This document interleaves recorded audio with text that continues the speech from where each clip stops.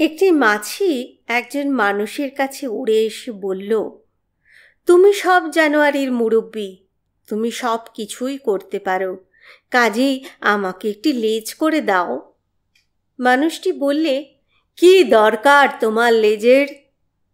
মাছিটি বলল, আমি কি জন্যে লেজ চাইছি? যে জন্যে সব জানোয়ারের লেজ আছে, সুন্দর হবার জন্যে। মানুষটি তখন বলল, আমি তো কোনো প্রাণীকেই জানি না যার শুধু সুন্দর হবার জন্যেই লেজ আছে। তোমার লেজ না হলেও চলবে। এই কথা শুনে মাছিটি ভীষণ ক্ষেপে গেল আর সে লোকটিকে জব্দ করতে আরম্ভ করল। প্রথমে সে বসল তার আচারের বোতলের ওপরে, তারপরে নাকে সুড়সুড়ি দিল, তারপরে এ কানে ও কানে ভন ভন করতে লাগলো। শেষকালে লোকটি বাধ্য হয়ে তাকে বলল, বেশ, তুমি উড়ে উড়ে বনে, নদীতে, মাঠে যাও। যদি তুমি কোনো জন্তু, পাখি কিংবা সরীসৃপ দেখতে পাও যার কেবল সুন্দর হবার জন্যেই লেজ আছে, তার লেজটা তুমি নিতে পারো। আমি তোমায় পুরো অনুমতি দিচ্ছি। এই কথা শুনে মাছিটি আহ্লাদে আটখানা হয়ে জানালা দিয়ে সোজা উড়ে চলে গেল।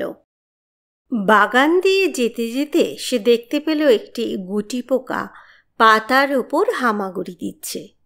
সে তখন গুটি পোকার কাছে উড়ে এসে চেঁচিয়ে বলল, গুটি পোকা, তুমি তোমার লেজটা আমাকে দাও, ওটা তো কেবল তোমার সুন্দর হবার জন্যে।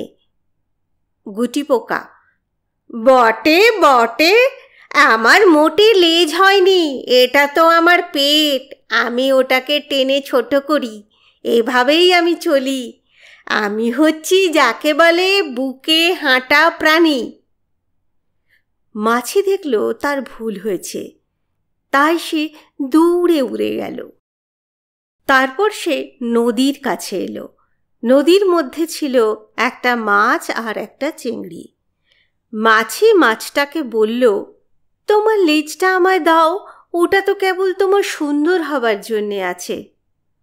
মাছ বলল, এটা কেবল সুন্দর হবার জন্যে আছে তা নয়, এটা আমার দাঁড়। তুমি দেখো, আমি যদি ডান দিকে বেঁকতে চাই তাহলে আমি লেজটা বাঁ দিকে বেঁকাই, আর বাঁ দিকে চাইলে ডান দিকে বেঁকাই। আমি কিছুতেই আমার লেজটি তোমায় দিতে পারি না। মাছি তখন চিংড়িকে বলল, তোমার লেজটা তাহলে আমায় দাও চিংড়ি।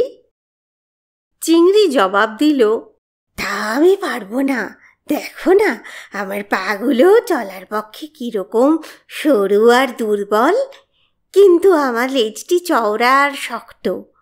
যখন আমি জলের মধ্যে এটা নাড়ি, তখন এ আমায় ঠেলে নিয়ে চলে, নাড়ি চাড়ি, আর যেখানে খুশি সাঁতার কেটে বেড়াই।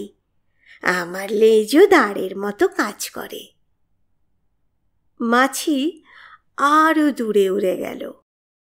ঝোপের মধ্যে মাছি একটা হরিণকে তার বাচ্চার সঙ্গে দেখতে পেল। হরিণটির ছোট্ট একটি লেজ ছিল, খুদে নরম সাদা লেজ। অমনি মাছি ভন ভন করতে আরম্ভ করল, তোমার ছোট্ট লেজটি দাও না হরিণ। হরিণ ভয় পেয়ে গেল। হরিণ বলল, কেন ভাই, কেন? যদি তোমায় আমি লেজটি দিই তাহলে আমি যে আমার বাচ্চাদের হারাবো। অবাক হয়ে মাছি বলল, তোমার লেজ তাদের কি কাজে লাগবে? হরিণ বলল, বাহ, কি প্রশ্নই না তুমি করলে। ধরো, যখন একটা নেকড়ে আমাদের তাড়া করে, তখন আমি বনের মধ্যে ছুটে গিয়ে লুকোই, আর ছানারা আমার পিছু নেয়। কেবল তারাই আমায় গাছের মধ্যে দেখতে পায়, কেননা আমি আমার ছোট্ট সাদা লেজটা রুমালের মতো নাড়ি, যেন বলি, এইদিকে বাছারা, এইদিকে। তারা তাদের সামনে সাদা মতো একটা কিছু নড়তে দেখে আমার পিছু নেয়, আর এভাবেই আমরা নেকড়ের হাত থেকে পালিয়ে বাঁচি। নিরুপায় হয়ে মাছি উড়ে গেল।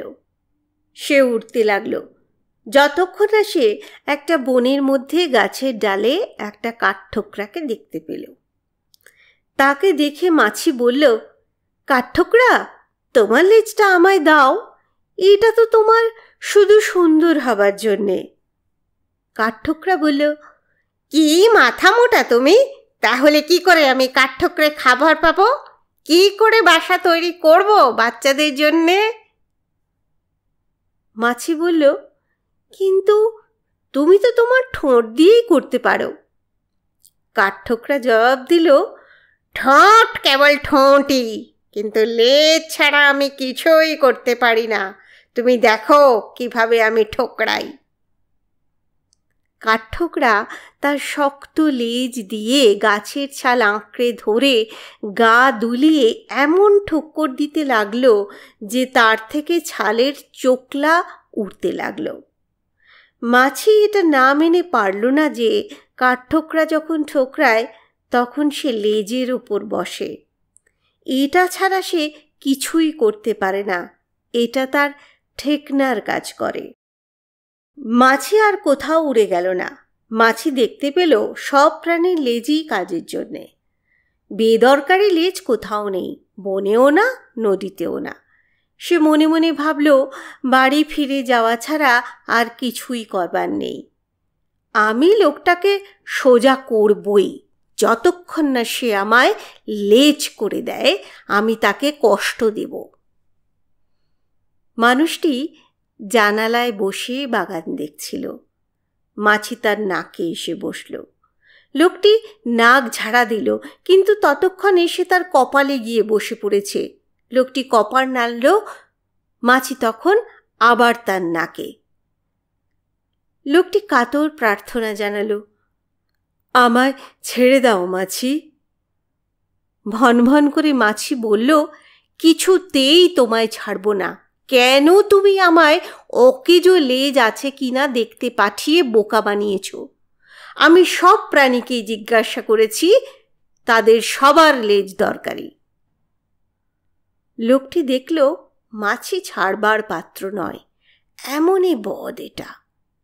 একটু ভেবে সে বলল, মাছি মাছি, দেখো মাঠে গরু রয়েছে, তাকে জিজ্ঞেস করো তার লেজের কি দরকার।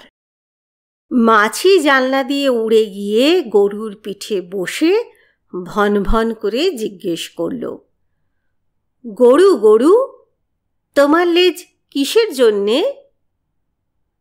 তোমার লেজ কিসের জন্যে? গরু একটি কথাও বলল না, একটি কথাও না। তারপর হঠাৎ সে তার লেজ দিয়ে নিজের পিঠে সপাত করে মারল, আর মাছি ছিটকে পড়ে গেল। মাটিতে পড়ে মাছির শেষ নিঃশ্বাস বেরিয়ে গেল। পা দুটো উঁচু হয়ে রইল আকাশের দিকে। লোকটি জানালা থেকে বলল, এই ঠিক করেছে মাছির। মানুষকে কষ্ট দিও না, প্রাণীদেরও কষ্ট দিও না। তুমি আমাদের কেবল জ্বালিয়ে মেরেছ।